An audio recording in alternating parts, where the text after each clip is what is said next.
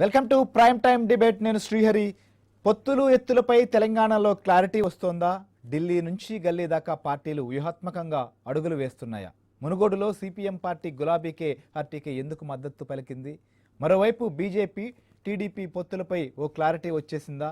దేశవ్యాప్త పర్యటనలతో కేసీఆర్ ఏం చేయబోతున్నారు? పర్యటన వల్ల తెలంగాణ సొమ్ము వృధా చేస్తున్నారా? తెలంగాణ సర్కార్పై కేంద్రం మరింత దృష్టి పెట్టిందా? ఇప్పుడు ఇదే అంశం ప్రస్తుతం తెలంగాణలో కూడా హాట్ టాపిక్గా మారింది. ఓవైపు ముఖ్యమంత్రి దేశవ్యాప్త పర్యటనలు చేస్తూ కేంద్రంని టార్గెట్ చేస్తే, కేంద్ర మంత్రులు తెలంగాణలో ముఖ్యమంత్రి కేసీఆర్ పైన తీవ్ర స్థాయిలో విమర్శలు గుప్పిస్తున్నటువంటి పరిస్థితి మనకు కనిపిస్తుంది. మరి కొద్దిసేపు క్రితమే నిర్మలా సీతారామన్ కూడా నిజామాబాద్లో పర్యటించి పుట్టబోయే ప్రతి బిడ్డ పైన తెలంగాణలో 1,25,000 అప్పు చేసింది సర్కార్ అంటూ కూడా తీవ్ర స్థాయిలో ఆగ్రహం వ్యక్తం చేశారు. సో ఇవన్నీ అంశాలపైన మనం డిస్కస్ చేద్దాం. డిబేట్లోకి వెళ్ళబోయే ముందుగా ముఖ్య నేతలు ఇవాళ ఏం కామెంట్ చేశారో ఒకసారి చూద్దాం. కేసీఆర్ గారు దిక్కుతోచని పరిస్థితుల్లో పూర్తిగా పీకలోతు అవినీతిలో కూరుకుపోయి మీ యొక్క ముఖం ఇక్కడ తెలంగాణ చెల్లక మరి బీహార్లో ఇతర రాష్ట్రాల్లో నీ యొక్క ఆర్థిక సాయం పేరు మీద మొన్న రైతు సంఘాల సమావేశాలు, తెలంగాణ రైతు సంఘాలు వారి ప్రమేయం లేకుండా మీరు ఏదో ఒక దేశ్కి నేత అనే రీతిలో చేస్తున్న విన్యాసాలు ప్రజలు మరి నవ్వుకుంటున్నారు. తెలంగాణలో బీజేపీ ఒంటరిగా పోటీ చేస్తున్నారు. ఆంధ్రప్రదేశ్లో పవన్ కళ్యాణ్ భారతీయ జనతా పార్టీ కలిసి వచ్చే ఎన్నికల్లో మేము పోటీ చేయబోతున్నాం. అక్కడ కూడా పార్టీ రోజు రోజుకు బలపడుతున్నది.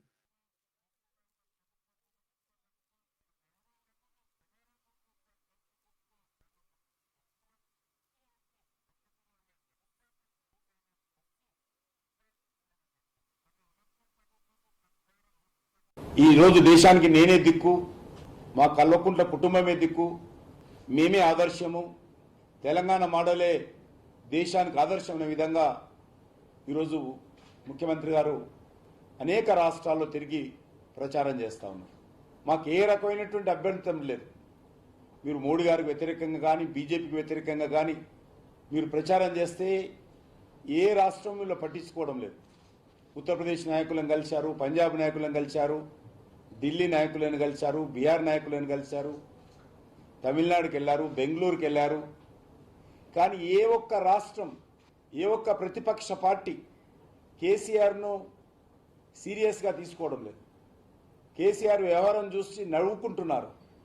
కేసీఆర్ నవ్వుకుంటే పర్వాలేదు, తెలంగాణను చూసే నవ్వుల పరిస్థితి తీసుకొచ్చేటువంటి పరిస్థితి. కేసీఆర్ వ్యవహారం చూస్తూ ఉంటే మిగతా రాష్ట్రాల ప్రజలు ఇది తెలంగాణ ముఖ్యమంత్రి ఈ రకంగా మాట్లాడుతుండేంటి అనేటువంటి విధంగా ఈరోజు ప్రజల్లో చర్చ జరుగుతూ ఉంది. రైట్, చూసాం కదా ముఖ్య నేతల కామెంట్ను కూడా. ఎస్, తెలంగాణ ముఖ్యమంత్రి పైన అటు భారతీయ జనతా పార్టీకి సంబంధించిన కేంద్ర మంత్రులు, కేంద్రం పైన తెలంగాణ సంబంధించినటువంటి ముఖ్య నేతలు కూడా ఏ విధమైనటువంటి విమర్శలు ప్రతి విమర్శలు కూడా చేస్తున్నారు. సో మరోవైపు తెలంగాణలో కూడా సిపిఎం పార్టీ అటు టీఆర్ఎస్కు మద్దతు తెలిపింది మునుగోడు అంశంలో. వైపు టీడీపీతో బీజేపీ పొత్తు ఉంటుందనే అంశాన్ని కూడా లక్ష్మణ్ ఇవాళ చాలా సూటిగా స్పష్టంగా కూడా తెలుగుదేశం పార్టీతో కాదు జనసేనతోనే ఏపీలో అది కూడా అనేది విషయాన్ని కూడా తేల్చినటువంటి పరిస్థితి. సో వీటన్నిటిపైన మనం డిస్కస్ చేద్దాం. మనతో పాటు ఈ డిబేట్లో దేవిప్రసాద్ గారు, టీఆర్ఎస్ పార్టీ సంబంధించినటువంటి ముఖ్య నాయకులు మనతో లైవ్లో ఉన్నారు. ఇక అంటే లక్ష్మీనారాయణ గారు, మాజీ శాసనసభ్యులు, భారతీయ జనతా పార్టీ రాష్ట్ర నాయకులు లైవ్లో ఉన్నారు. రామచంద్రారెడ్డి గారు, కాంగ్రెస్ పార్టీ అధికార ప్రతినిధి. అందరికీ నమస్కారం సార్. ఏంటి లక్ష్మీనారాయణ గారు, మీతోనే స్టార్ట్ చేస్తాం.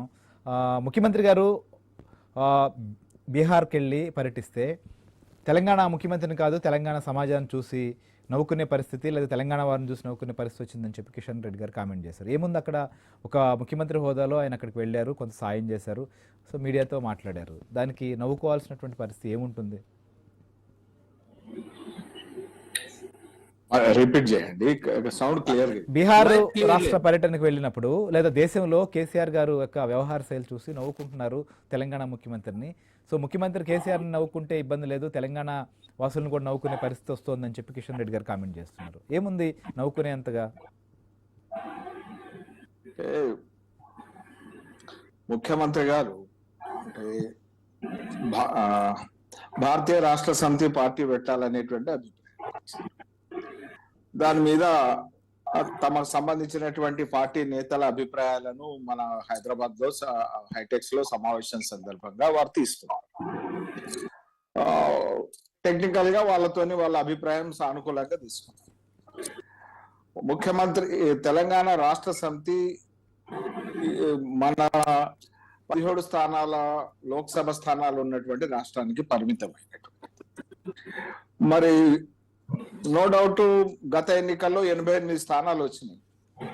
కానీ ఇప్పుడు దాని తదనంతరం ఈ ప్రజల్లో విశ్వాసం ముఖ్యమంత్రి కోల్పోతున్నారు. దానికి ప్రతీకగా జరిగినటువంటి ఉప ఎన్నికల్లో కానీ హైదరాబాద్ కార్పొరేషన్ ఎన్నికల్లో కానీ మరి వాళ్ళ దిగజారినటువంటి ప్రతిష్టకు వారి ప్రభుత్వ పరిపాలన పట్ల వెల్లువెత్తినటువంటి వ్యతిరేకతకు అది అద్దం పట్టింది.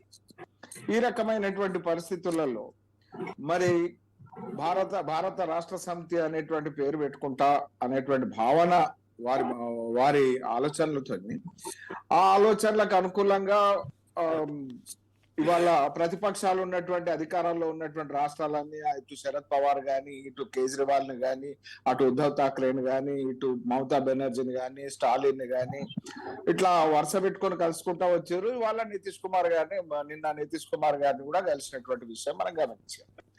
అయితే వారు లోపలేం మాట్లాడినరు, బయటకేం వ్యక్తం చేశారు అనేటువంటిది పక్కన పెడితే, టీవీల ముందట మన తెలంగాణ సమాజం యొక్క గౌరవం మన ఈ రాష్ట్ర ముఖ్యమంత్రిగా ఏదైతే అక్కడ ఉండాల్సినటువంటి హుందాతనం కొరవడ్డటువంటి పరిస్థితి మనం చూసినాం. వారు అలయన్స్ గురించో లేకపోతే ఇతరత్ర రాజకీయాల గురించి మాట్లాడుతున్నప్పుడు లేసెళ్తున్నటువంటి బీహార్ ముఖ్యమంత్రి మనకు తెలుసు, సుదీర్ఘమైనటువంటి రాజకీయ అనుభవం ఉన్నటువంటి నితీష్ కుమార్, మరి ఎప్పుడు ఏ ఎత్తులు వేయాలనో ఎత్తులు వేసుకుంటూ మరి కొనసాగుతున్నటువంటి స్థితిలో ఉన్నటువంటి నితీష్ కుమార్. మరి అటువంటి నితీష్ కుమార్ గారి దగ్గర నిన్న వ్యవహరించినటువంటి తీరు కేవలం నితీష్ కుమార్ గారు లేచిపోతుండడాన్ని చూసి మాత్రమే మీరు అది అవమానంగానో లేకపోతే అది మరో రకంగానో భావిస్తారా? అంటే అటు జరిగినటువంటి డిస్కషను, లేకపోతే వారు కలిసి ఒక వ్యూహాత్మకంగా భారతీయ జనతా పార్టీకి వ్యతిరేకంగా ముక్తు బీజేపీ అనేటువంటి ఒక నినాదాన్ని తీసుకెళ్లే ప్రయత్నం కూడా చేయబోతున్నారు కదా, మరి దాని గురించి ఎందుకు ప్రస్తావించట్లేదు? సో ఒక బ్రేక్ తీసుకుందాం, బ్రేక్ తర్వాత డిస్కషన్. Welcome back. ముఖ్యమంత్రి కేసీఆర్ వివిధ రాష్ట్రాల్లో పర్యటన పైన ఇటు ప్రతిపక్షాలు తనదైన శైలిలో కూడా విమర్శలు గుప్పిస్తున్నారు. బీజేపీ అయితే తెలంగాణ పరువు తీసే విధంగా వ్యవహరిస్తున్నారంటుంటే, కాంగ్రెస్ అయితే మాత్రం ఎవరి సొమ్మిది, తెలంగాణలో ఉన్నటువంటి అమరవీరులు కనిపించట్లేదు అనేటువంటి క్వశ్చన్ కూడా రేవంత్ మార్నింగ్ వివిధ మీడియాల ద్వారా వ్యక్తీకరించినటువంటి ఒపీనియన్. రామచంద్ర గారు, ఏంటి అసలు ముఖ్యమంత్రి పర్యటనిస్తే ఇతర రాష్ట్రాలకు వెళ్ళడం తప్ప, లేదా అక్కడ ఎవరైతే బాధితులకు గతంలో ఇచ్చినటువంటి హామీ మేరకు సాయం చేయడం ఏమన్నా పొరపాట, లేదా దేశంలో జరుగుతున్నటువంటి పరిణామాలని భారతీయ జనతా పార్టీకి వ్యతిరేకంగా ప్రత్యామ్నాయ శక్తి రావాలి, ప్రత్యామ్నాయ పరిస్థితి రావాలని కోరడం ఏమన్నా పొరపాట?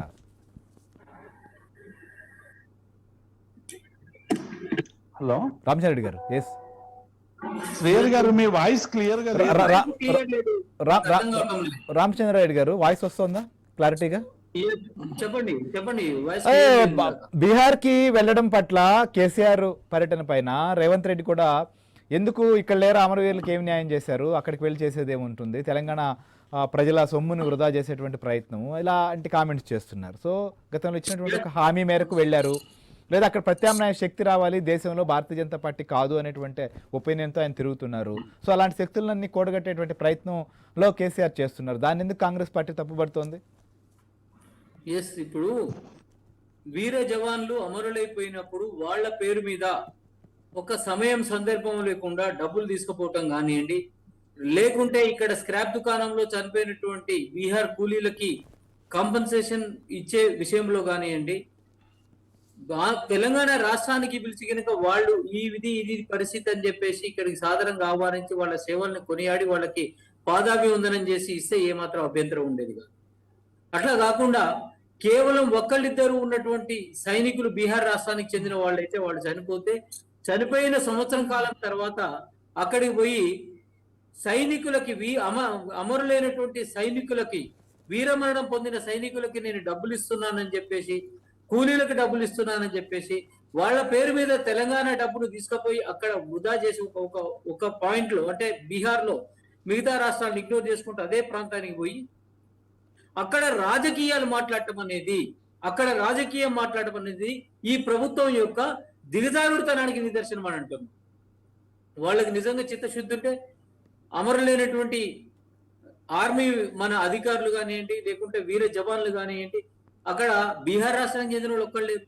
బీహార్ చెందిన వాళ్ళు ఉన్నారు, అదేవిధంగా మధ్యప్రదేశ్ చెందిన వాళ్ళు ఉన్నారు, జార్ఖండ్కి చెందిన వాళ్ళు ఉన్నారు, పంజాబ్కి చెందిన వాళ్ళు ఉన్నారు, అదేవిధంగా వెస్ట్ బెంగాల్కి చెందిన వాళ్ళు ఉన్నారు. ఇన్ని రాష్ట్రాలకు సంబంధించి చనిపోయిన వాళ్ళు ఉన్నప్పుడు కేవలం బీహార్ రాష్ట్రానికి పోయి అక్కడ అమర జవాన్ల కుటుంబాలను పిలిపించి అక్కడ చెక్కులు పంపిణీ చేస్తూ ఉంటాం. అది కూడా సమయం సందర్భం లేకుండా చేయటము, పంపిణీ కార్యక్రమంలో సపరేట్గా అది అక్కడ పంపిణీ చేసి వచ్చిన అదో తీరుకుండేది వాళ్ళ పేరు మీద పోయి డబ్బులు పంచేసి తెలంగాణ సొమ్మును తీసుకుపోయి అక్కడ పంచి మళ్ళీ రాజకీయానికి అంకురార్పణ, దేశవ్యాప్తంగా రాజకీయానికి నేను అంకురార్పణ చేస్తున్నా, లేకుంటుంటే రాజకీయాలను నేను అక్కడ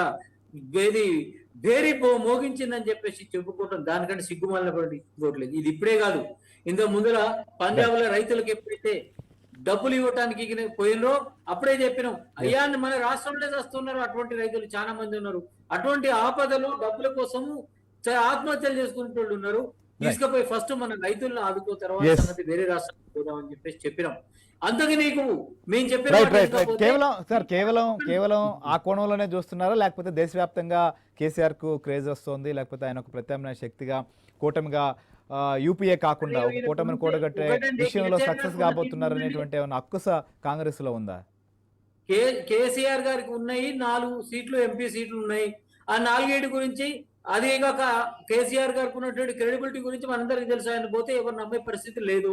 అదే విధంగా నేను నితీష్ కుమార్ గారి దగ్గరికి పోతే ఈయన రాజకీయం మొదలు పెట్టాక ఆయన లేచి వెళ్ళిపోతాడు, కూసో అని చెప్పేసి కూర్చోబెట్టిన సందర్భం ఉంది. ఎక్కడికి పోయినా కానీ ఇంతకు ముందర కూడా పోయింది, ఇప్పుడు కొత్త కాదు, 2019లో కూడా పోయిండు, వెస్ట్ బెంగాల్కి పోయిండు. వెస్ట్ బెంగాల్కి పోతే ఏం లేదు, ఇక్కడికి వచ్చాను కర్టసీ కాల్ గా మేము రిసీవ్ చేసుకున్నాము, మాట్లాడినామని చెప్పేసి అన్నారు. అప్పుడు కూడా ఈ నితీష్ కుమార్ గారిని కలిసాను, స్టాలిన్ ని కలిసిండు, మా సంబంధించిన వ్యక్తిని. మరి చేసే ఏమైంది, కాంగ్రెస్ పొత్తే లేదని చెప్పేసి వాళ్ళు చెప్పారు. అంటే ఇవన్నీ కూడా ఆచరణ సాధ్యం కానటువంటి విషయాల్ని నేనేదో చేస్తానని చెప్పేసి పోయి ఒకవేళ పొరపాటున కనుక వాళ్ళ అవసరాలకు తగ్గట్టు కనుక దాన్ని ఫుల్ చేసినా లేకుండా ఫుల్ఫిల్ చేసినా కానీ చూసినవా నేను చేయబట్టే ఇదైందని చెప్పి చెప్పుకోవడానికి చూద్దాం సార్. నిజంగా మీరు అన్నట్లుగా ఒక క్రెడిట్ కోసమే ఆయన చేస్తున్నారా, లేకపోతే ఒక నిమిషం ఉండండి, పక్కనున్న ఇబ్రహీంపట్నం బోర్డు అక్కడ చిన్న పిల్లలకి తల్లు లేకుండా చంపేసిన డాక్టర్లు, ఏది ఆ కుటుంబ నియంత్రణ ఆసుపత్రిలో ఇది ఆపరేషన్ల పేరు మీద తెలంగాణ రాష్ట్రం ఘనపాటి వైద్యంలో ఉన్నారు, తీసుకుపోయి ఆ ప్రైవేట్ ఆసుపత్రులలో ఏది ఆ నిమ్స్ లో కానివ్వండి, లేకుండా మన అపోలో హాస్పిటల్ జాయిన్ చేశారు. ఇది మన యొక్క దుస్థితి, దీని మీద కాన్సన్ట్రేట్ చేయాలి. ముఖ్యమంత్రి గారికి బాధ్యత ఉంటే పాయింట్ అర్థమైంది. తెలంగాణలో కూని ఆపరేషన్ల కోసం వచ్చి చనిపోయినటువంటి వారినో లేకపోతే వారికి న్యాయం చేయడం, వాళ్ళని పరామర్శించడం కాకుండా ఇతర రాష్ట్రాలకు వెళ్ళడం ఏంటి అనేటువంటిది. దేవప్రసాద్ గారు ఏం చెప్తారు? తెలంగాణ సొమ్ముని దేశంలో పంచుతారా, తెలంగాణ ప్రతిష్టను దిగదార్చే విధంగా వ్యవహరిస్తున్నారా అనేటువంటిది కూడా ప్రత్యర్థులు విమర్శిస్తున్నటువంటి మాట. ఇప్పుడు శ్రేయర్ గారు జై జవాన్ జై కిసాన్ అనేటువంటి నినాదం జాతీయ పార్టీలు రెండు, కాంగ్రెస్ పార్టీ కానీ బీజేపీది కానీ. జై జవాన్ జై కిసాన్ అనేటువంటి విధానం టిఆర్ఎస్ పార్టీది శ్రేయర్ గారు. ఎందుకంటే దేశం కోసం ఎంతో ఇబ్బందులు పడి చనిపోయినటువంటి అమరవీరుల కోసం గౌరవ ముఖ్యమంత్రి కేసీఆర్ గారు అప్పుడే అందరి ముఖ్యమంత్రులు కూడా లేఖ రాశారు. రామచంద్రారెడ్డి గారికి తెలియదేమో, జార్ఖండ్ కూడా పోయి వారికి ఇచ్చొచ్చినటువంటి విషయం వారు తెలుసుకోవాలి. అట్లాగే రెండవది నితీష్ కుమార్ గారికి కూడా బీహార్ కు సంబంధించినటువంటి లేఖ ఇదివరకే రాస్తే వారు ఇటీవల ఆహ్వానించారు. నితీష్ కుమార్ దగ్గర ఏదో నిలబడ్డాడు, ఆత్మగౌరవం అయిందని. ప్రతి తెలంగాణ బిడ్డే ఇలా గర్వపడే విధంగా తెలంగాణ కలో గంజో తాగినా కూడా ఎదుటి వాళ్ళని ఆదుకుంటదనేటువంటి విషయాన్ని మరొకసారి కేసీఆర్ గారు నిరూపించినటువంటి విషయాన్ని తెలంగాణ సంస్కృతిగా అర్థం చేసుకోవాలని నేను ఈ సందర్భంగా గుర్తు చేస్తా ఉన్నాను. రెండవది, స్వయంగా ముఖ్యమంత్రి గారే నితీష్ కుమార్ గారు, తేజస్వి యాదవ్ గారు స్వయంగా ఎయిర్పోర్ట్ కు వచ్చి ముఖ్యమంత్రి గారిని ఆహ్వానించినటువంటి సందర్భాన్ని చూశాం. నిన్న ప్రెస్ మీట్ లో అనేక రాజకీయాలు మాట్లాడిన తర్వాత నితీష్ కుమార్ గారిని ప్రస్తావన వచ్చింది. అక్కడ ఉన్నటువంటి విలేకరులు మీరు కూటమి కడతామంటున్నారు కదా, ఆ కూటమికి నితీష్ కుమార్ నాయకత్వం వహిస్తాడని అడిగినటువంటి ప్రశ్నకి ఆయన లేచి ఇప్పుడు ఎందుకు మనం వాళ్ళ ట్రాప్ లో పడొద్దు అని మాట్లాడితే, లేదు మనం సమాధానం చెప్తాం, మీరు కూర్చోండి అని ముఖ్యమంత్రి గారు అన్నారు తప్ప కేసీఆర్ గారిని ఏదో తెలంగాణ ఏదో వీళ్ళకి పెద్ద చెప్పులు మోసినప్పుడు ఏమైందో మనకు తెలుసు. జేఎన్టీయులో మొత్తంగా లౌకికవాదుల మీద దాడులు ఎట్లా జరిగితే మన పరువు ఎట్లా పోయిందో తెలుసు. గుజరాత్ లో మారణహోమం జరిగినప్పుడు ఏమైందో ప్రపంచవ్యాప్తంగా మనకు తెలుసు. అట్లాగే గతంలో బాల్కీనులో జరిగినటువంటి ఆ ఉదంతంలో మన భారతదేశ పరువు ఏమైందో మనకు తెలుసు. కాబట్టి ఇటువంటి అన్ని కూడా వీళ్ళు ఏం చేస్తున్నారంటే ఏదైనా కేసీఆర్ గారు టిఆర్ఎస్ ప్రభుత్వం ఏది చేసినా డెఫినెట్ గా మేము వ్యతిరేకిస్తామనేటువంటి ఒక దుర్బుద్ధితో చేస్తున్నటువంటి పని తప్ప ఇంకొకటి కాదు. అంటే దేవిప్రసాద్ గారు వారు కాబట్టి కామన్ గా కాంగ్రెస్ నుంచి బీజేపీ నుంచి కూడా తెలంగాణ సొమ్ము తెలంగాణ ప్రజలకు సంబంధించింది, దేశంలో పంచేదానికి పర్యటించేదానికి ఏంటి ఎవరిచ్చారు ఈ సొమ్ము అని. ఒక్క నిమిషం అండి. ఇప్పుడు తెలంగాణకు సంబంధించి ఇప్పుడు ఇబ్రాహీంపట్నం సంబంధించి మాట్లాడుతున్నారు. నేను ఉదయం కూడా 2-3 మాధ్యమాల ద్వారా ఏం చెప్పినాం, హరీష్ రావు గారు చెప్పారు, ప్రభుత్వం ప్రకటించింది. దాదాపు 8 ఏళ్లుగా క్యాంపులు నిర్వహిస్తా ఉన్నాం. క్యాంపులలో దాదాపు 12 లక్షల మంది వరకు ఆపరేషన్ చేసినాం. ఎక్కడ కూడా ఎటువంటి ఘటన దురదృష్టకరంగా ఇక్కడ ఈ క్యాంపులో ఒక సంఘటన జరిగింది, జరగకూడని దురదృష్టకరమైనటువంటి సంఘటన జరిగింది. ఆ సంఘటన మీద వెంటనే ఆ ఆపరేషన్ కు బాధ్యులైనటువంటి వారి మీద కఠినమైనటువంటి చర్యలు. ఇదివరకు కాంగ్రెస్ పార్టీ, భారతీయ జనతా పార్టీ అధికారంలో ఉన్న దగ్గర గోరఖ్పూర్ లో ఏం జరిగిందో మనం చూసినాం, ఛత్తీస్గఢ్ లో ఏం జరిగిందో చూసినాం, జార్ఖండ్ లో ఏం జరిగిందో చూసినాం. కేవలం సస్పెన్షన్లతో వదిలేసారు. కానీ ఇక్కడ శాశ్వతంగా వారికి లైసెన్స్ నే రద్దు చేసింది.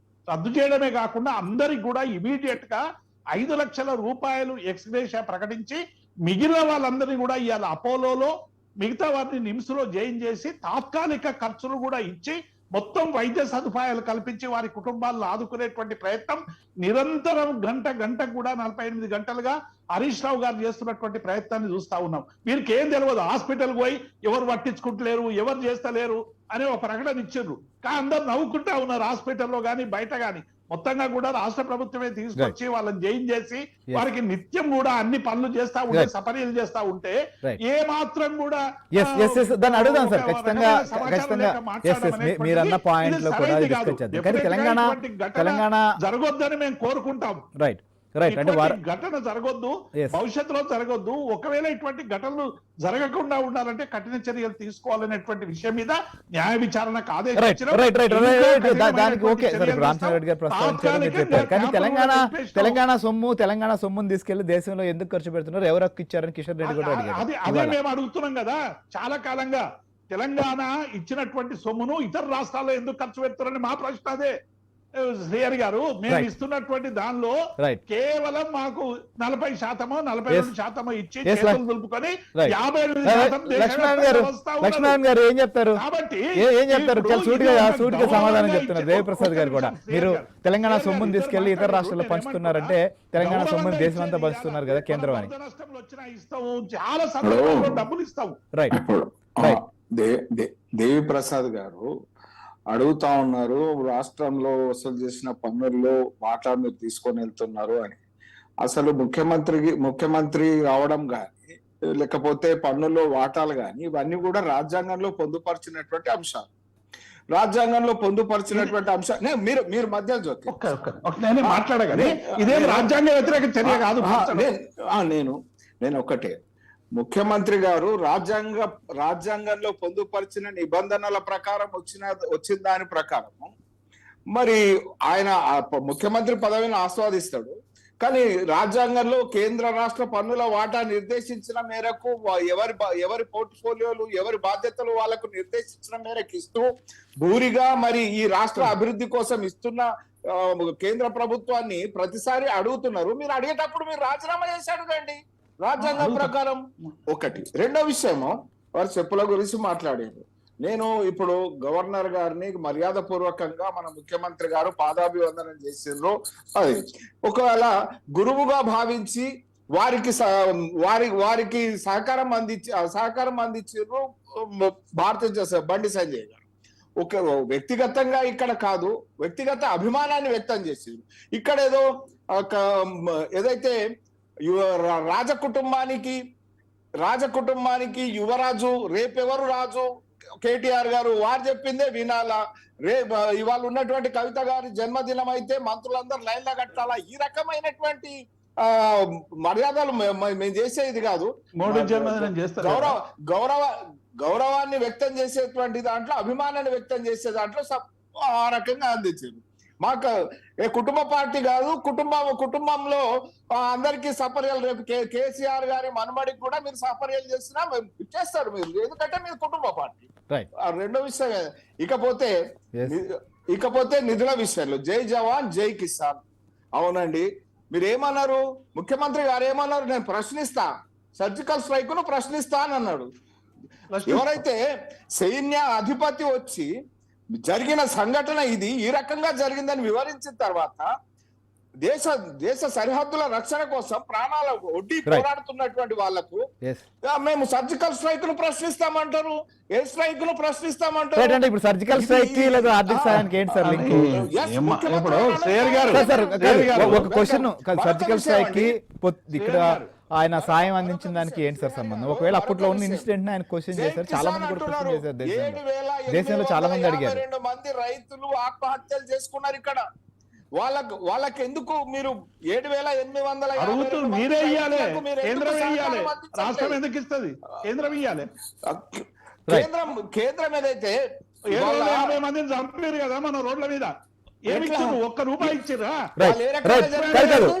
ఇవాళ మీరు అడుగుతున్నటువంటి అంశంలో నేను ఇంకోటి కూడా మీకు ప్రస్తావించదలుచుకున్నాను. ఇవాళ కేంద్ర ఆర్థిక శాఖ మంత్రి కూడా రైతు చట్టాలకు సంబంధించి పోరాటం చేసినటువంటి రైతుల్ని రోడ్ల మీద చంపారు, కారు యాక్సిడెంట్ చేసి చంపారు. ఎవరికి ఏమిచ్చారు చెప్పండి? అరే నేనేమన్నా మీ ఆర్మూర్ లో జీవన్ రెడ్డి దళితుల మీద బుల్డో ఏది టిప్పర్ ఎక్కించిన సంగతి గురించి మాట్లాడారు. జరిగిన ప్రమాదం గురించి చెప్పండి.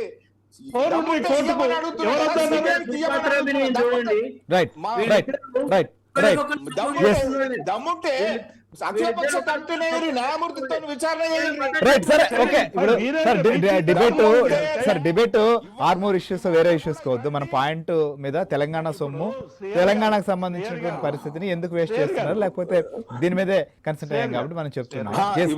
కాదు దేవప్రసాద్ గారు వారు అన్న దాంట్లో సరే మీరు రాజరికం వాళ్ళు వీరు విమర్శలు ప్రతి విమర్శలు చేస్తున్నారు, కానీ తెలంగాణ ప్రజలకు తెలంగాణ సంబంధించినటువంటి వారికి ఏంటి దీనివల్ల ఉపయోగం అనేది? సిఆర్ గారు నేనేమంటున్నా, ఎవరైనా సాష్టాంగ నమస్కారం చేయొచ్చు, గురువుకు చేయొచ్చు, ఎవరికైనా పెద్దలు తల్లిదండ్రులకు చేయొచ్చు, ఎవరికైనా ఎవరిష్టం వాళ్ళు చేయొచ్చు, మేము దాన్ని ఏమంటలేము. ఇలా కేవలం నితీష్ కుమార్ నిలబడ్డందుకే తెలంగాణ ఆత్మగౌరవాన్ని గురించి ఇంత అతలాకుతలం అవుతున్నటువంటి తెలంగాణ బీజేపీ నాయకులు మోడీ గారు తెలంగాణ పట్ల చేసినటువంటి పార్లమెంట్ లో చేసిన వ్యాఖ్యలు కానీ, బయట చేసిన వ్యాఖ్యలు కానీ ఎన్నడూ కూడా వీళ్ళు భారతీయ జనతా పార్టీ నాయకులు తెలంగాణ గురించి ఎంత వివక్షపూరితంగా మాట్లాడినా కూడా వారికి ఎన్నడూ ఏం కాదు.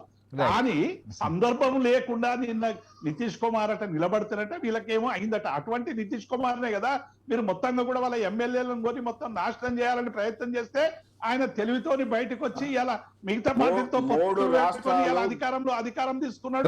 కాబట్టి నేను ఏమంటున్నా లక్ష్మణ గారు,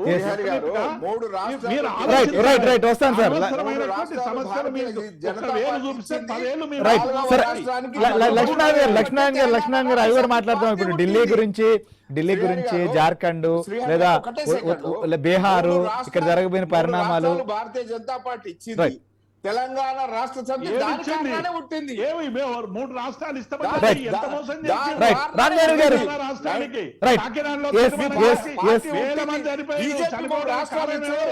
భారతీయ జనతా పార్టీ. రైట్ సరే ఓకే. ఇప్పుడు తెలంగాణ అంశం పైన, తెలంగాణకు సంబంధించిన వ్యాఖ్యల పైన గతంలో కూడా ప్రస్తావించినటువంటి పరిస్థితి. సరే ఎవరు గౌరవిస్తున్నారు, ఎవరేం చేస్తున్నారు అనే దానిపైన ఖచ్చితంగా టీఆర్ఎస్ వాళ్ళు కూడా లేవనెత్తారు లక్ష్మీనారాయణ గారు. సో దాంట్లో డౌట్ ఏముంది? మీరు అడిగినప్పుడు వాళ్ళు కూడా అడుగుతారు ఖచ్చితంగా. రామచంద్ర గారు ఏంటి అసలు ఇప్పుడు ప్రభుత్వాల్లో ఉన్నటువంటి బాధ్యతాయుతమైనటువంటి వాళ్ళు, మీరు ఇందాక కూడా క్వశ్చన్ చేశారు, కొన్ని ఆపరేషన్లకు సంబంధించి కూడా కొన్ని లక్షలు చేస్తే జరిగినటువంటి చిన్న పొరపాటుగా ఇవాళ చెప్తున్నటువంటి పరిస్థితి దేవిప్రసాద్ గారు కావచ్చు, ఆరోగ్య శాఖ. సో దాన్ని కూడా సెట్ చేసే ప్రయత్నమే జరుగుతోంది అనేటువంటిది. సో ఇక్కడ చేస్తున్నారు. దేశంలో మారాల్సినటువంటి పరిస్థితి, దేశంలో రావాల్సిన మార్పు గురించి, రైతులకు కానీ లేకపోతే ఇతర రంగాల్లో రావాల్సిన మార్పు గురించి కూడా కేసీఆర్ గారు ప్రయత్నం చేస్తున్నారంట. చేయకూడదా? దేశంలో ఇతర రంగాల రామచంద్ర గారు సి నాకు అసలు క్వశ్చన్ క్లియర్ లేదండి, వాయిస్ క్లియర్ లేదు, అర్థం కావటం లేదు. మళ్ళీ ఒక్కసారి చెప్పండి నాకు క్వశ్చన్. రామచంద్ర గారు, ఇక్కడ కూనీ ఆపరేషన్ల గురించి మీరు అడిగారు, దాన్ని ప్రస్తావించారు వాళ్ళు, దాన్ని సెట్ చేస్తున్నాము, లక్షల ఆపరేషన్లు జరిగితే లేనటువంటి సమస్య ఇవాళ వచ్చింది, జరగకూడదు అనేటువంటి అంశాన్ని చెప్తున్నారు, దానికి చేస్తున్నారు. దేశంలో జరగాల్సినటువంటి మార్పు గురించి కూడా ప్రయత్నం చేస్తున్నారు అనేటువంటిది, చేయకూడదా అని. ఈ రోజు వైద్య రంగంలో తెలంగాణ రాష్ట్రం బ్రహ్మాండంగా ఉందని చెప్పేసి ఈ రోజున మంచిగా ఊదర కొడుతున్నది ఈ ప్రభుత్వం. అటువంటి పరిస్థితులలో కేవలం ఒక రికార్డు కోసం ఒక గంట వ్యవధిలో విపరీతమైనటువంటి ఆపరేషన్లు చేసి నిర్లక్ష్య వైఖరితోని డాక్టర్లు కేవలం వాళ్ళ యొక్క రికార్డు కోసం చేస్తే అవి ప్రాణాల మీదకి తీసుకొచ్చినాయి. దీనికి ప్రభుత్వము ముందల నుంచి ఎందుకు జాగ్రత్త తీసుకోలేదు? ప్రాణాలు పోయిన తర్వాత వాళ్ళు ఇచ్చిన 5 లక్షల రూపాయలతో ఆ కుటుంబానికి జరిగినటువంటి నష్టము కూడుతుందా అని అడుగుతున్నాం. అదే విధంగా అక్కడ జరిగినటువంటి ఆ పరిణామానికి నిజంగానే చిత్తశుద్ధి ఉండి నిజంగానే మన వైద్యం మీద నమ్మకం ఉంటే మన వైద్యాన్ని ఆ స్థాయికి కనుక మన డాక్టర్లని ఆ విద్య స్థాయి కనుక తీసుకొచ్చినట్లయితే ఇంకో ఉస్మానియా జనరల్ హాస్పిటల్కో లేకుంటే గాంధీ హాస్పిటల్కో లేకుంటే ఇంకా ఏది అపోలోని కాకుండా అంటే ఎమర్జెన్సీ తరలించి ఒక్క నిమిషం అండి తరలించి ప్రభుత్వం తెలంగాణ ప్రభుత్వం యొక్క వైద్యులు ఈ విధంగా ఉన్నారని చెప్పి చెప్పగలిగేటోడు. అంటే ప్రభుత్వం ఆదేశిస్తే అపోలో వైద్యం అనేది బయట దొరకదా, లభించదా అని అడుగుతున్నా. ఈ రోజున కేవలం మీ మీద వచ్చినటువంటి బ్లేమ్ ని మీరు చేసినటువంటి నిర్లక్ష్యాన్ని కప్పిపుచ్చుకోవడం కోసము వాళ్ళకి 5 లక్షల రూపాయలు ఇస్తున్నాం అని చెప్పేసి చెప్పడం కానివ్వండి, లేకుంటే ప్రైవేట్ ఆసుపత్రుల్లో చేర్పించడం సందర్భం కానీ జరుగుతుంది. మరి అన్ని వేళలలో అన్ని కేసులలో ఈ శ్రద్ధ ఎందుకు చూపించడం లేదు? ప్రాణాలు పోయిన తర్వాత ఈ ప్రభుత్వం ఎందుకు మేల్కొంటుంది? అక్కడేమో రైతు చచ్చిపోతే రైతు బీమాని 5 లక్షల రూపాయలు ఇస్తారని చెప్పేసి అక్కడ డమ్కాలు కొట్టుకుంటారు. ఇక్కడేమో ప్రాణాలు పోయిన తర్వాత 5 లక్షల రూపాయలు ఇచ్చినాము, డబుల్ బెడ్రూమ్ ఇస్తున్నాం అన్నారు. అసలు ఉన్నోడికే దిక్కులేదు డబుల్ బెడ్రూమ్ వాళ్ళకి. సార్ ఇప్పుడు రైతుల గురించి కాదు రామచంద్ర గారు రైతుల గురించి ఆయన ప్రస్తావించిన దానికి కూనీ ఆపరేషన్లకి లింక్ ఏంటి సార్? కూనీ ఆపరేషన్లు ఆరోగ్య శాఖకు సంబంధించినటువంటి అంశాన్ని మీరు అడుగుతున్నారు. సో ఆయన దేశంలో రైతులకు తెలంగాణ ప్రభుత్వం మేలు చేస్తుంది, ఈ పాలసీ ఈ విధానం దేశంలో రావాలి అని కేసీఆర్ గారు చెప్తున్నది. దీనికి ఒకటండి, ప్రభుత్వం యొక్క నిర్లక్ష్య వైఖరిని ఉదాహరించడానికి చేసినాం. ఎందుకనంటే ఏమన్నంటే రైతులు ఆత్మహత్య చేసుకున్నారనంటే రైతులు ఆత్మహత్య చేసుకున్న వాళ్ళకి గంట తిరగక ముందరనే మేము 5 లక్షల రూపాయల బీమా అందజేసినాం ఉంటారు. నీ బీమా వాడికి కావాలి, సాగకుండా చేస్తే 5 లక్షల రూపాయలని అటువంటి రైతులు చనిపోకుండా ఒక 10 మందిని కాపాడొచ్చు. ఆ 10 మందిని వాళ్ళు చౌక ముందర ఎందుకు కాపాడటంలో మీరేని అడుగుతున్నాం.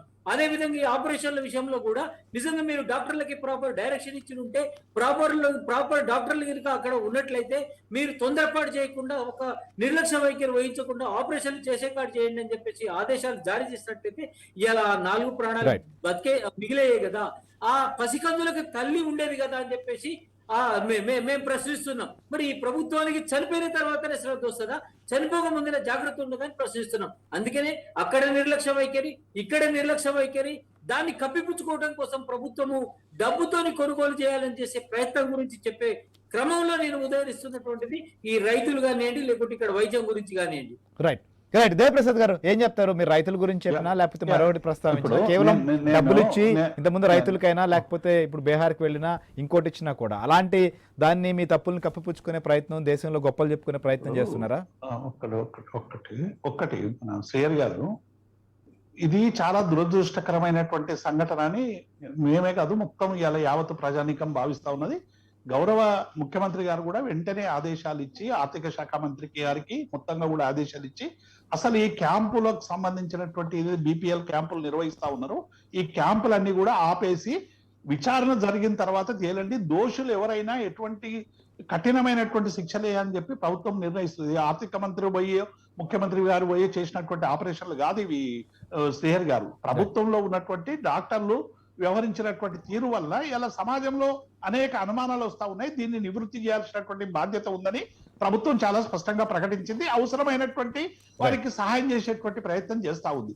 రెండవది, ఇవాళ చాలా స్పష్టంగా మేము ఏం చెప్తున్నాం, వైద్య శాఖకు సంబంధించినటువంటి అధికారులు కావచ్చు, డిహెచ్ కావచ్చు, అందరూ కూడా మానిటరింగ్ చేస్తా ఉన్నారు.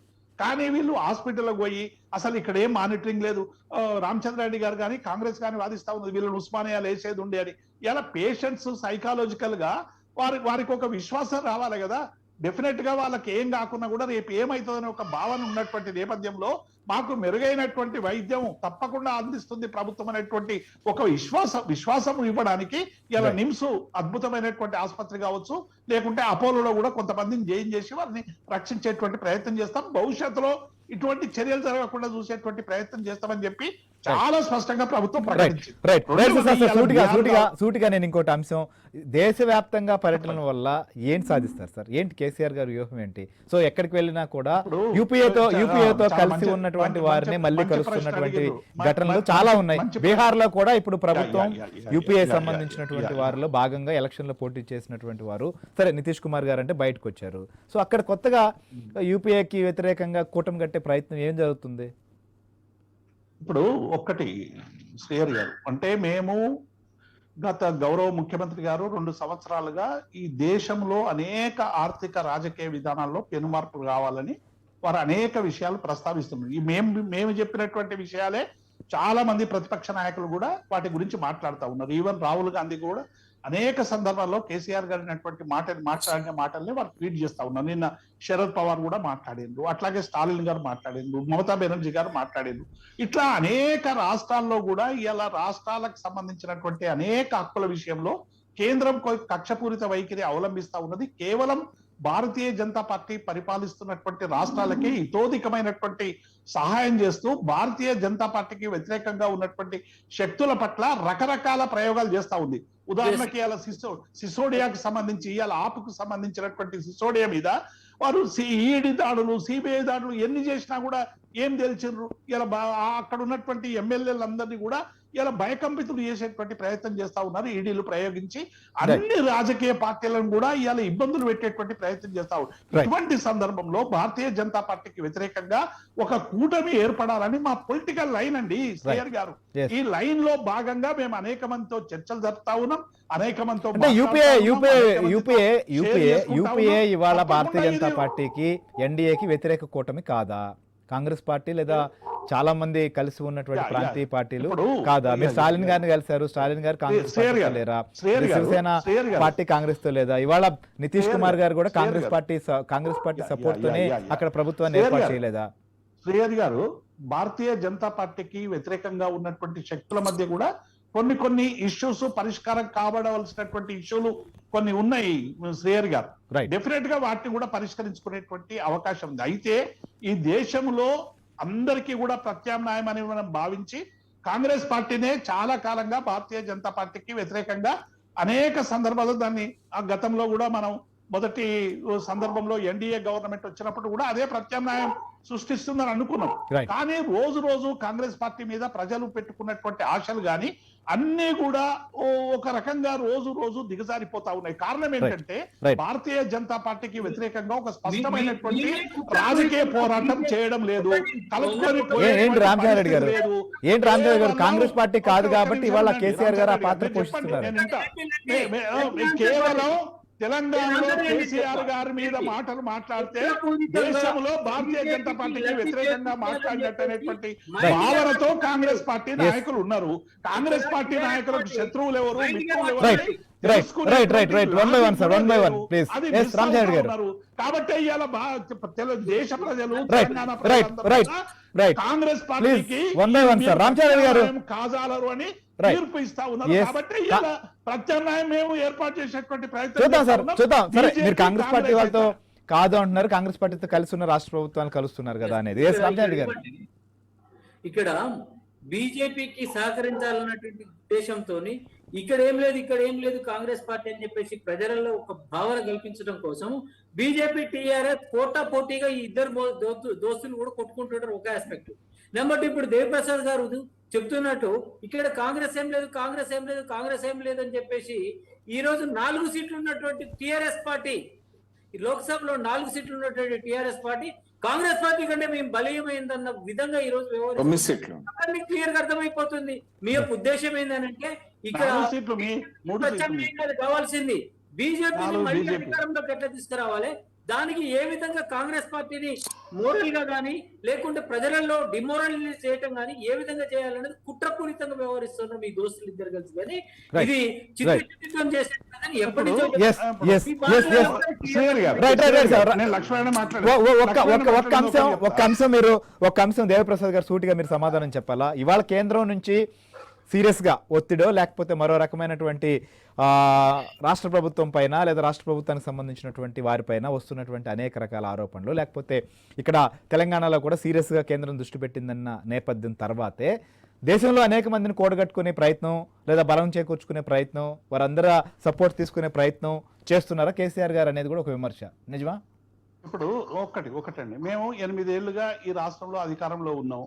రెండవసారి మళ్ళీ అధికారంలోకి వచ్చిన తర్వాత మేము అనేక సందర్భాల్లో భారతీయ జనతా పార్టీకి సంబంధించినటువంటి కొన్ని విషయాల మీద మా వైఖరిని తెలియజేసినాం. ఇది ఈడీకి సిబిసి ఇప్పుడు వచ్చినటువంటి కాదు, ఇప్పటి వరకు సిబిఐ రాలేదు, నా ఈడీ రాలేదు. ఇది కేవలం భారతీయ జనతా పార్టీకి సంబంధించిన కొంతమంది వ్యక్తులు ప్రెస్ మీట్లలో చెప్తున్నటువంటి అంశాలు తప్ప స్వతంత్ర వ్యవస్థలు ఇప్పటి వరకు మా నాయకులకు ఎవ్వరికి కూడా సిబిఐ కానీ ఈడీకి సంబంధించినటువంటి నోటీసులు వచ్చిన పాపన పోలేదు. అంటే వస్తాయి అని చెప్పి వీళ్ళు చాలా కాలంగా దాన్ని బూచి చూపి మమ్మల్ని ఏదో భయపట్టించేటువంటి ప్రయత్నం చేస్తా ఉన్నారు.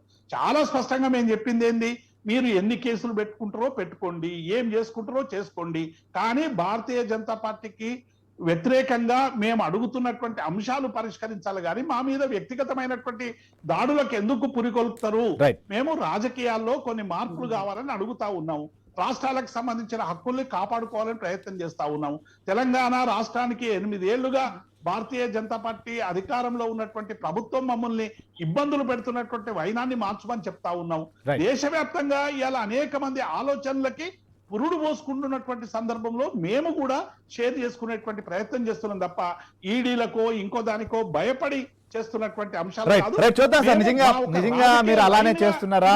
నిర్మలా సీతారామన్ గారు కూడా దేశంలో పర్యటించే ముందు తెలంగాణ ప్రజలకు కూడా సమాధానం చెప్పాలని చెప్పి ఇంతకు ముందే ఆమె కూడా క్వశ్చన్ చేశారు.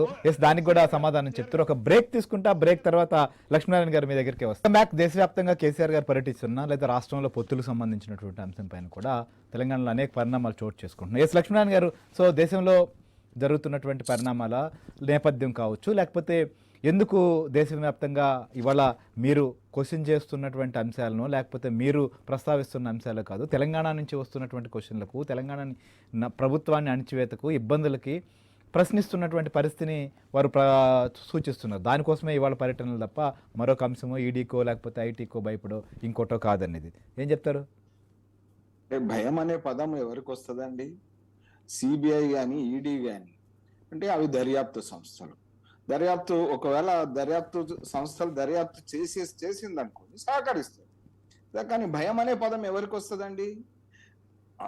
నేను ఒక విషయం ఇక్కడ చాలా అంటే ఇవాళ మోదీ దేశ ప్రధానమంత్రి మోదీ గారు ఢిల్లీ ఎర్రకోట నుంచి అవినీతి విషయంలో మాట్లాడారు. అవినీతి నుంచి ముక్తి కావాలా ఈ దేశము అనేటువంటి రీతిలో మాట్లాడారు. కేసీఆర్ గారేమో దాని తర్వాత భారతీయ జనతా పార్టీ ముక్త భారత్ అంటున్నారు. అంటే అవినీతి ముక్త భారత్ కాదు, అవినీతి ముక్త భారత్ అనే అంటే మేము అందరం లోపల ఉండాల్సి వస్తుంది, అందుకని బీజేపీ ముక్త భారత్ అని నేను ఆదరించుకుంటాం. నేను ఇక్కడ మీకు ఒక విషయం ఇక్కడ మనం ప్రత్యక్షంగా గమనించడం, ఇవాళ తాగునీళ్లతోని ప్రాణాలు తీసుకున్నటువంటి ప్రభుత్వం ఏదైనా ఉన్నదంటే ఇదే ప్రభుత్వం. ఎక్కడ గద్వాల్లో మిషన్ భగీరథ నీళ్లు తాగిన వాళ్ళు ఆఖరుకు ప్రాణాలు పోగొట్టుకున్నట్టు. మరి కాంట్రాక్టర్లతో కమిషన్లు తీసుకున్నటువంటి వాళ్ళు ఎక్కడున్నారో, వాళ్ళ మీద చర్యలు ఏ రకంగా తీసుకున్నారో మనం ఆలోచించాల్సినటువంటి అవసరం. నేను ఒక విషయం ఇక్కడ రైతుల గురించి మాట్లాడినటువంటి ముఖ్యమంత్రి గారికి మరి వాళ్ళ ఇక్కడ అంటే ఏదైతే బీహార్ లో మరి కూలి పనికి వచ్చిన వాళ్ళ విషయంలో డబ్బులు ఇచ్చినటువంటి ముఖ్యమంత్రి గారికి సొంత అప్పటి కరీంనగర్ లో పార్లమెంటు గెలిపించినటువంటి కరీంనగర్ కొండగట్టుకు సంబంధించి బస్సు ప్రమాదంలో చనిపోయినటువంటి వాళ్ళ దిక్కు మరి చూసినటువంటి దిక్కు లేదు. ముఖ్యమంత్రి గారికి అంటే దేశ రాజకీయాల కోసం ఇవాళ ఇవి బీహార్ కూలీల గురించి జ్ఞాపకం వస్తుంది. ఇవాళ ఈ రాష్ట్రంలో అనేక మంది బీహార్లే కాదు, యూపీకి సంబంధించిన వాళ్ళు కానీ ఇతరత్ర అనేక మంది మరి ఈ రాష్ట్రానికి సంబంధించిన వాళ్ళు కానీ మృత్యువాత పడుతున్నటువంటి పరిస్థితుల్లో వాళ్ళని ఆదుకున్నందుకు ఎందుకు పనిచేస్తలేదు? ఖచ్చితంగా ఇక్కడ ఈ ప్రజల యొక్క హక్కు, ఇక్కడ ఎవరికైనా ప్రమాదం జరిగితే ప్రభుత్వం వారికి బాసటగా నిలవాల్సినటువంటి కర్తవ్యాన్ని విస్మరించి మరి ఈ రాష్ట్ర ముఖ్యమంత్రిగా మరి ముఖ్యమంత్రి గారు వ్యక్తిగతంగా దేశవ్యాప్తంగా ఎక్కడేం జరిగినా స్పందించడానికి అవకాశం ఉన్నది. ముఖ్యమంత్రి గారు తన ఫామ్ హౌస్ నుంచి వచ్చినటువంటి ఫామ్ హౌస్ డిస్పోజ్ చేస్తానో లేక ఫామ్ హౌస్ లో పంట పండుతానో వాటితోనూ వారు వ్యక్తిగత వ్యవహారం చేయొచ్చు. ఈ రాష్ట్ర ప్రజల పన్నుకు సంబంధించినటువంటి విషయంలో ప్రాథమికంగా రాష్ట్ర ప్రజల ప్రయోజనాలకు ప్రాధాన్యత ఇవ్వాల్సినటువంటి అవసరం ఉంది. రైట్ రైట్ సరే సరే, వాళ్ళు డీవియేట్ అవుతున్నారనా లేకపోతే మీ మీద మీకు వ్యతిరేకంగా శక్తులను కూడగడుతున్నారనా మీ ఇబ్బంది? ఇంకొక అంశం లాస్ట్గా, తెలంగాణ రాష్ట్రం పరిధిలోకి వస్తే మునుగోడు బై ఎలక్షన్ నేపథ్యంలో కొన్ని పొత్తుల పైన కూడా చేరుతున్నటువంటి డిస్కషన్ నేపథ్యంలో దేవప్రసాద్ గారు ఏంటి, సిపిఎం కూడా టీఆర్ఎస్కి మద్దతు పలికింది, ఏంటి అసలు కమ్యూనిస్టులని మీకు మద్దతు పలకడానికి ఎలాంటి వ్యూహం రచించారు, ఏం చెప్పారు, ఏంటి అసలుకి? ఇప్పుడు శ్రీహరి గారు, ఎందుకంటే ఇంతకుముందు లక్ష్మణ గారు మొదట్లో మాట్లాడుతూ ఉప ఎన్నికల సందర్భంగా మేము ఏదో అప్రతహితంగా కొనసాగుతున్నామని వారు ప్రకటించారు.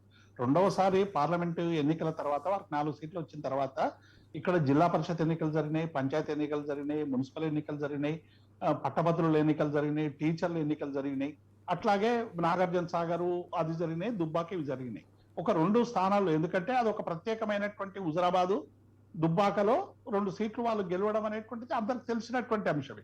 నాగార్జున సాగర్ లో కావచ్చు, లేకుంటే హుజూర్ నగర్ లో మేము, అట్లాగే ఎమ్మెల్సీ సీట్లలో కూడా 2 సీట్లు కూడా అప్రతిహితంగా మేము ముందుకు పోయినాం. వాళ్ళ ఎక్కడుందో మనకు అందరికి కూడా తెలుసు. కాబట్టి మునుగోడు ఉప ఎన్నిక అనేటువంటిది, ఇది ఎందుకు వచ్చింది ఉప ఎన్నిక అనేటువంటిది ఇవాళ ప్రజల్లో తీవ్రమైనటువంటి చర్చ జరుగుతా ఉంది.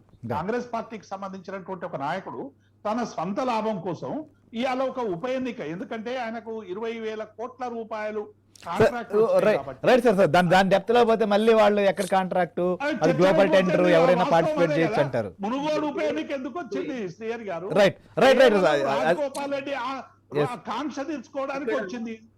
కాబట్టి ప్రజలు తప్పకుండా దేవి ప్రసాద్ గారు రైట్ రైట్ సార్. సూటిగా సిపిఎం సిపిఐ మీకు మద్దతు పలకడానికి కారణం ఏంటి అంటే ఏం చెప్తారు సార్? సవాల్ చేసి రాజగోపాల్ రెడ్డి గారు right right right right right Lakshminarayana గారు ఈ అంశం పైన చాలా సార్లు మనం డిస్కస్ చేశాం కాబట్టి సూటిగా ఇవాళ సిపిఎం మద్దతు పలకడానికి జవాబు చెప్పడానికి ఆయన దగ్గర ఏముందని చెప్తాడు, ఏముందని చెప్తాడు? దేశ ప్రజల రాష్ట్ర ప్రజల జీవితాలనే మార్చేస్తారు. హుజరాబాద్ ఎన్నికలు ఏం మార్చింది, జిహెచ్ఎంసీ ఏం మార్చింది? మీకు ఈ రకమైనటువంటి గ్లోబల్స్ ప్రచారం చేయడం అనేటువంటిది ఎన్నికల్లో ఒక స్ట్రాటజీగా మీకు right sir global okay, global ప్రచారం అని మీరు అంటారు, మీరే తప్పుడు ప్రచారం అంటారు. సూటిగా సార్ సూటిగా సార్ సిపిఎం ఇవాళ సార్ దేవప్రసాద్ గారు అనేక అంశాల్లో ఇవాళ విమర్శలు చేసేటువంటి కమ్యూనిస్టులు ఇవాళ మీకు మద్దతు పలకడానికి ఈ ఉప ఎన్నికల్లో ఏం దోహదం చేసింది, ఏం చెప్పారు, వాళ్ళకి ఏమైనా హామీ ఇచ్చారా, రాబోయే రోజుల్లో వారితో పొత్తు పెట్టుకోబోతున్నారా ఏంటి? నేను చెప్తా, వాళ్ళ అభిప్రాయాలు వాళ్ళు చెప్పానండి. ఎందుకంటే దేశవ్యాప్తంగా ఇవాళ భారతీయ జనతా పార్టీ, నేను ఇంతకుముందే దానికి ఆన్సర్ చేసిన, ఇలా కమ్యూనిస్టు పార్టీలు కూడా ఆలోచనలు పడిపోయినాయి. ఇలా దేశవ్యాప్తంగా భారతీయ జనతా పార్టీకి అనేక సందర్భాల్లో కాంగ్రెస్ కు మేము మద్దతు ఇచ్చినప్పటికీ కూడా మాకు అనేక సందర్భాల్లో సరైనటువంటి తోడ్పాటు ఇవ్వలేదని చెప్పి అటు తమ్మినేని వీరభద్రం గాని, ఇటు నారాయణ గాని, లేకుంటే వెంకటరెడ్డి గాని చెప్పినటువంటి సందర్భాన్ని చూసాం. మునుగోడు ఎన్నిక అనేటువంటిది ఒక యూనిట్ గా తీసుకొని, ఇది ఒకవేళ మేము సపోర్ట్ చేయకుంటే, ఒకవేళ కాంగ్రెస్ కు సపోర్ట్ చేసి ఉంటే బీజేపీ గెలిచేటువంటి అవకాశం ఉన్నటువంటి నేపథ్యంలో సర్వే ద్వారా స్థానిక ప్రజల విశ్వాసంలోకి తీసుకొని ఇలా మా పార్టీకి వారు మద్దతు ఇచ్చారు. అంతేనా? రామచంద్ర గారు ఏం చెప్తారు దీనికి? ఒకవేళ ప్రభుత్వానికి వ్యతిరేకంగా ప్రతిపక్షాలు కలవాలి, కానీ ప్రతిపక్షాలు వెళ్ళి ప్రభుత్వం అధికార పార్టీతో కలవడం ఏంటి? దీని మీద అనేక అనుమానాలు ఉన్నాయి. ఎందుకంటే వాళ్ళు చెప్పే కారణం ఏంటంటే బీజేపీని ఓడగొట్టడానికి దేనికైనా మేము రెడీ అంటున్నాం. బీజేపీ ఓడగొడితే ఒకవేళ నిజంగానే ఆ చిత్తశుద్ధి ఉంటే వాళ్ళే 4 సార్లు గెలిచారు, టీఆర్ఎస్ వాళ్ళు మీరు ఒక్కసారి గెలిచారు, మాకు మద్దతు ఇవ్వండి, బీజేపీని ఓడగొడతామని చెప్పేసి అనాలి. కానీ ఆ కనీస పరిజ్ఞానం లేకుండా మేము అనుమానించేది ఏంటంటే, ఒకటి ఖమ్మంలో ఆ మధ్య జరిగినటువంటి ఒక రాజకీయ పరమైనటువంటి హత్యల్ని అడ్డం పెట్టుకొని ఈ ప్రభుత్వం బ్లాక్ మెయిల్ చేసి కమ్యూనిస్టు నాయకుల మెడలు వంచి క్యాంప్ ఆఫీసులోకి తీసుకుపోయి ప్రగతి భవన్ లో వాళ్ళతోని లాలూచి పడి ఈ యొక్క పొత్తును పెట్టుకున్నది. కమ్యూనిస్టు శ్రేణులందరూ కూడా దీనికి వ్యతిరేకంగా ఉన్నారు, నాయకులు మాత్రమే దీనికి ఉన్నారు. మరి ఇంతటి ఘోరమైనటువంటి నిర్ణయం తీసుకొని వాళ్ళ యొక్క సిద్ధాంతాల్లో తుడ్లు పడిచారు. కార్మికుల పక్షాన, కర్షకుల పక్షాన, బీద పక్షాన, పికి పక్షాన ప్రజాస్వామ్య విలువలకు కట్టుబడి ఉండాల్సినటువంటి కమ్యూనిస్టులు ఈ రోజున వీటన్నిటికీ తిరోధకాలు ఇచ్చే ఒక నియంతృత్వ పార్టీకి సపోర్ట్ చేస్తున్నారంటే ఇంతకంటే ఘోరమైనటువంటి అవమానకరమైనటువంటి పరిస్థితి కమ్యూనిస్ట్ పార్టీకి రాకూడదు. కానీ ఈ రోజు ఆ విధంగా ఈ నాయకులు తీసుకొచ్చానని చెప్పేసి మేము భావిస్తున్నాం. రైట్, లక్ష్మణ్ గారు మీరు ఎట్లా చూస్తారు సిపిఎం టిఆర్ఎస్ పొత్తుని? అంటే వారు ఈ ప్రభుత్వము పేదవాళ్ళకి ఇల్లు ఇచ్చిందనా, లేకపోతే ప్రభుత్వ పేదవాళ్లకు ఆరోగ్యం విషయంలో అండగా నిలిచిందనా, మరి పేదవాళ్ళకు సంబంధించినటువంటి విషయంలో నిరుద్యోగులకు వృత్తి ఇచ్చిందనా, లేకపోతే 3 ఎకరాల విషయాన్ని అటకెక్కించిందనా? కమ్యూనిస్టులు పోరాటం చేసేది మరి ఏదైతే అసైన్మెంట్ భూములు లాక్కున్నందుక కమ్యూనిస్టులు వాళ్ళ సిద్ధాంతం ఏంది, వాళ్ళ ఎజెండా ఏంది, వాళ్ళు ఏ దిశలో పోతున్నారు? వాళ్ళ పార్టీ ఎమ్మెల్యేను లాక్కొని కలుపుకున్నందుక, లేకపోతే తోక పార్టీ అని వాళ్ళను ఈసడించినందుక ఇవాళ ఎందుకు మరి కలుపుతున్నారంటే, ఇవాళ రామచంద్రారెడ్డి గారు అన్నట్టు మరి ఖమ్మంలో ఒక గ్రామంలో జరిగినటువంటి హత్యను ఆధారం చేసుకుని బ్లాక్ మెయిల్ చేసి ఇవాళ వేదిక ఆ రకంగా పలికిచ్చారు అనేటువంటి లేదు భారతీయ జనతా పార్టీకి వ్యతిరేక శక్తులంతా ఒకటవుతున్నాయనే దానికి మునుగోడు ఉప ఎన్నిక కూడా అది పైకి ఉచ్చరించే నినాదం. భారతీయ జనతా పార్టీ వ్యతిరేకంగా అంటే మరి అక్కడ మూడు పార్టీలు ఉన్నాయి కాబట్టి ఇంకో పార్టీ కాంగ్రెస్ కు సపోర్ట్ చేయాలని. రైట్ ఏం చెప్తా దేవప్రసాద్ గారు, ఒకవేళ నిజంగా బీజేపీ నోటుకొట్టాలంటే కాంగ్రెస్ ఆప్షన్ ఉంది, లేదా వాళ్ళు కూడా గతంలో గెలిచినారు కాబట్టి వాళ్ళే మేము దిగుతామని చెప్పి కూడా మిమ్మల్ని అడుగుండొచ్చు.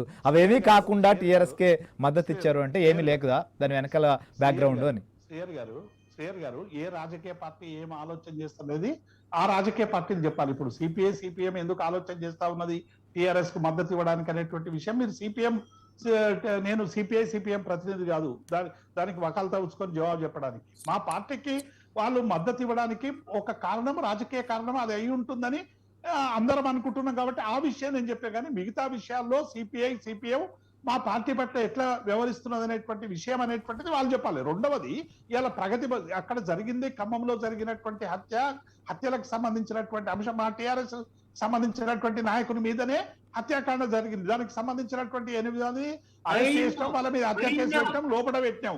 రెండవది, ఒక్క నిమిషం, సిపిఎం మాత్రమే సిపిఎం మాత్రానికి సంబంధించినటువంటి సభ్యులే అందులో ఇన్వాల్వ్ ఉన్నారనేటువంటి విషయం వాస్తవం.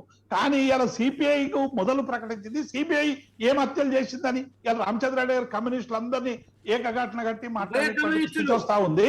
నేను ఉండొచ్చు, మీరు వాళ్ళతో జవాబు చెప్పండి. మీకు వాళ్ళు పొత్తిస్తే మంచిదే, రేవంత్ రెడ్డి అప్పీల్ చేసిండు, రీకన్సిడర్ చేసుకోండి కమ్యూనిస్టులారా మా వైపు రండి అని. మన దుర్మార్గుల్ని దుష్టుల్ని ఎందుకు ఆహ్వానిస్తున్నారు అది కూడా ఆలోచించుకోవాలి కదా కాంగ్రెస్ పార్టీ. ఇలా రీకన్సిడర్ చేసుకోండి అని చెప్పి రేవంత్ రెడ్డి గారు అప్పీల్ చేసిండ్రు. వెనక అర్థం ఏంటి అంటే కమ్యూనిస్టులు మంచోళ్ళు కాదు, దుర్మార్గులు దుష్టులు అన్నప్పుడు మీరు ఎందుకు రీకన్సిడర్ చేయమని అడుగుతా ఉన్నారు? కాబట్టి ఇవాళ మాకిస్తేనేమో ప్రగతిశీల శక్తులు, మీకిస్తేనేమో ఇంకొకటి అనేటువంటి మాటలు ఇలా మాట్లాడడం అనేటువంటి ఆయా రాజకీయ పార్టీలు ఆయా సందర్భాల్లో ఎవరికి మద్దతు ఇవ్వాలో వాళ్ళకి మద్దతు ఇస్తాయి. నాగార్జున సాగర్ లో అట్లే ఇచ్చినాయి, హుజూర్ నగర్ లో అట్లే మద్దతు ఇచ్చినాయి. ఆ మద్దతును మేము తీసుకున్నాం. సిపిఎం క్లారిటీ వచ్చింది. ఇంకొక అంశం లక్ష్మణ్ గారు కూడా చెప్పారు, టీడీపీ బీజేపీ కూడా పొత్తు ఉండబోతుందని గత కొంతకాలంగా సోషల్ మీడియాలో రకమైనటువంటి ప్రచారం ఈ మధ్య చంద్రబాబు నాయుడు గారు వెళ్ళినప్పుడు కూడా అది జరగడం అనేది ఉంది. ఏంటి టీడీపీతో పొత్తు ఉండదా? లక్ష్మణ్ గారు అయితే అన్నారు టీడీపీతో పొత్తు ఉండకపోవచ్చు, మేము ఒంటరిగానే తెలంగాణలో పోటీ చేస్తామని చెప్పి. ఎవరితో కలవరా? జనసేనతో మాత్రం పొత్తు ఉంటుంది అన్నారు, అది కూడా ఆంధ్రప్రదేశ్లో. మరి తెలంగాణలో ఎందుకు ఉండదు లక్ష్మీనారాయణ గారు? భారతీయ జనతా పార్టీ సుదీర్ఘకాలంగా ఈ రాష్ట్ర రాజకీయాల్లో ఉన్నటువంటిది. భారతీయ జనతా పార్టీకి స్పష్టమైనటువంటి క్యాడర్ ఉంది. ఇవాళ 2 సార్లు 83లో ఎన్టీ రామారావు పార్టీ పెట్టినప్పుడు ప్రత్యామ్నాయంగా భారతీయ జనతా పార్టీ ఉండే. ఎన్టీ రామారావు పార్టీ ద్వారా ప్రత్యామ్నాయ 3వ స్థానానికి వెళ్ళినటువంటి విషయం మనం గమనించినాం. మరి 99లో భారతీయ జనతా పార్టీ స్వతహాగా పోటీ చేస్తే మంచి బలం ప్రత్యామ్నాయంగా ఎదిగేటువంటి పరిస్థితి ఉండే. ఆ రోజు మేము పొత్తు వల్ల నష్టపోయినాం. ఇవాళ భారతీయ జనతా పార్టీ వైపు ప్రజలు చూస్తున్నారు. ఈ అవినీతి, కుటుంబ అరాచక పరిపాలనకు సంబంధించి మరి ఇచ్చినటువంటి అవకాశాన్ని పెట్టుకున్నటువంటి ఆశలను అమ్ము చేసింది అనేటువంటి పరిస్థితుల్లో ఉన్నటువంటి ఈ ప్రభుత్వం మీద ఆ ఆలోచనతో ఉన్నటువంటి ప్రజానీకం ప్రత్యామ్నాయంగా భారతీయ జనతా పార్టీ నరేంద్ర మోదీ గారి నేతృత్వంలో ఈ పార్టీ రావాలా, స్పష్టమైన ఈ రాష్ట్రంలో ఎప్పుడు కూడా ప్రజలు స్పష్టమైన మెజార్టీ ఇచ్చినటువంటి సందర్భాలని ఆ రకంగా భారతీయ జనతా పార్టీకి సింగిల్ పార్టీగానే సమర్థత ఇవ్వడానికి సన్నద్ధంగా ఉన్నారు. కాదు లక్ష్మీనారాయణ గారు, ఇక్కడ ఒక లాజిక్ ఏంటంటే అంశం చర్చ వస్తున్నది. సో సినిమా స్టార్లని చాలా మందిని మీట్ అవుతున్నారు, సరే వాళ్ళని ప్రశంసించేదానిక, వాళ్ళ యాక్టింగ్ని బాగుందని చెప్పేదానిక, లేకపోతే మరొకట కారణం కావచ్చు. కానీ పవన్ కళ్యాణ్ గారు జనసేన పార్టీ మీతోనే కలిసి ఉన్నారు. ఆంధ్రప్రదేశ్లో మాత్రం పొత్తుంటుంది, తెలంగాణలో మాత్రం నయ్యి అంటున్నారు. ఏంటది ఆ లాజిక్ ఏంటి? అంటే ప్రాంతీయ పార్టీలుగా అక్కడ ఆ పార్టీలకు ప్రాంతీయ పార్టీలు కదండి, ప్రాంతీయ పార్టీలతో ఆ ప్రాంతాల్లోనే ఆలోచనకు వచ్చే అవకాశం ఉంటుంది. ఆ పార్టీకి సంబంధించిన అభిమానులు కానీ, ఆ పార్టీకి సంబంధించిన ఇతరత్ర కార్యకర్తలు ఎవరన్నా ఉంటే భారతీయ జనతా పార్టీకి తమ కర్తవ్యంగా మద్దతు ఇవ్వడం అనేటువంటిది భారతీయ జనతా పార్టీ జెండా కిందనా లేకపోతే వాళ్ళ జెండా పట్టుకొని పనిచేయడమా ఏదో ఒకటి రకంగా నైతిక మద్దతు ఇచ్చేటువంటి అవకాశం ఉంటుంది. అభిమానాన్ని ఈ రకంగా వ్యక్తం చేసే అవకాశం ఉంటుంది. రైట్, నైతిక మద్దతు ఒకలా, డైరెక్ట్గా పొత్తు మరొకలా. రామచంద్రారెడ్డి గారు ఏంటి టీడీపీ సంబంధించినటువంటి వారితో పొత్తు ఉండదు అనేటువంటి ఒక అంశాన్ని కూడా చెప్పారు. ఏంటి గతంలో మీరు పొత్తు పెట్టుకున్నారు, నెక్స్ట్ అలాంటి ఆలోచనలు ఏమైనా ఉండబోతున్నాయా? అదంతా కూడా కాలం నిర్ణయిస్తుంది ఒక ఆస్పెక్ట్. నెంబర్ 2 వచ్చేసి ఈ రోజున బీజేపీ వాళ్ళ అధికారం కోసం దేన్నైనా ఏ పనైనా చేయడానికి వెనుకపోతుంది. అంటే ఇంకొకటి ఏంటంటే ఇవన్నీ చేయాల్సిన అవసరం లేదు వాళ్ళకి, ఎందుకంటే వాళ్ళకి ప్రభుత్వాలు కూల్చడం వెనతో పెట్టిన విద్య, ఆ ఏకనాథ్ షిండేలను సృష్టించడం వెన్నతో పెట్టిన విద్య, పార్టీల్ని నిక్కలేకుండా చేర్చడం వెన్నతో విద్య. కాబట్టి ఏం అవసరం లేదు వాళ్ళకి, కష్టపడి ఎలక్షన్లు గెలవాలి, ప్రజాభిమానాన్ని చూరుగొనాలన్నటువంటి అవసరం లేదు. బీజేపీ కానీ టీఆర్ఎస్ కానీ అదే పరిస్థితి ఉంది. ఏదేమైనప్పటికీ కూడా వాళ్ళు రాజకీయం కోసం ఏమైనా చేస్తారు. ఇదివరకు వెనకడికి చెప్పారు కమ్యూనిస్టులు టీఆర్ఎస్ గెలిచారు కదా, మరి కాంగ్రెస్ పరిస్థితి ఏం సార్? మునుగోడులో ఇంకా వీక్ అయ్యే పరిస్థితి రాబోతుంది. ఇప్పటిదాకా మునుగోడులో 6 సార్లు గెలిచింది కాంగ్రెస్ పార్టీ కంచుకోట. పోయినసారి గెలిచింది రాజగోపాల్ రెడ్డి కాదు, కాంగ్రెస్ పార్టీ ఎమ్మెల్యే అభ్యర్థి రాజగోపాల్ రెడ్డి గెలిచిండు. ఈసారి రాజగోపాల్ రెడ్డి కాకుండా ఇంకొక ఆయన వస్తాడు, పుల్లయ్య వస్తాడు. ఆయన ఖచ్చితంగా కాంగ్రెస్ పార్టీ అభ్యర్థిగా గెలుస్తుంది. అక్కడ కాంగ్రెస్ పార్టీ ఎమ్మెల్యే ఉంటాడు అనేది మాత్రం ఖచ్చితంగా డంకా బజాయించి చెప్పగలుగుతాం. కాంగ్రెస్ పార్టీ తిరిగి మా సీట్ ని మేము. లక్ష్మీనారాయణ గారు, ఈ దేశంలో 106 సార్లు రాష్ట్రపతి పాలనను విధించి ప్రజాస్వామ్యాన్ని పరిహాసం చేసినటువంటి కాంగ్రెస్ దేశంలో ప్రధానమంత్రి అధికారాన్ని కాపాడడం కోసం చీకటి రాజ్యంగా ఎమర్జెన్సీని విధించినటువంటి కాంగ్రెస్ పార్టీకి ఒక్క ఓటు తేడాతోని ఏకనాథ్ షిండే అంటున్నారు వాళ్ళు. మీరు ఏకనాథ్ రాష్ట్రపతి పాలన ఏకనాథ్ షిండే గాని ఉద్ధవ్ ఠాక్రే గాని బీజేపీ అలయన్స్ లో మహారాష్ట్రలో పోటీ చేసిన బీజేపీ ఎజెండాతో పోటీ. లక్ష్మీనారాయణ గారు, ఎవరు ఎన్ని ఎత్తులు వేసినా, ఎవరెవరితో పొత్తు పెట్టుకున్నా ప్రజలు అయితే ఖచ్చితంగా గమనిస్తుంటారు ఏది అవకాశవాదం, ఏది అవసరం అనేటువంటిది. చూద్దాం ఈ పొత్తులు ఎత్తులు ఎక్కడి వరకు దారితీస్తాయి. ఇది డిబేట్లో పాల్గొని మీ అందరికీ కృతజ్ఞతలు. మరో అంశంతో రేపు కలుద్దాం.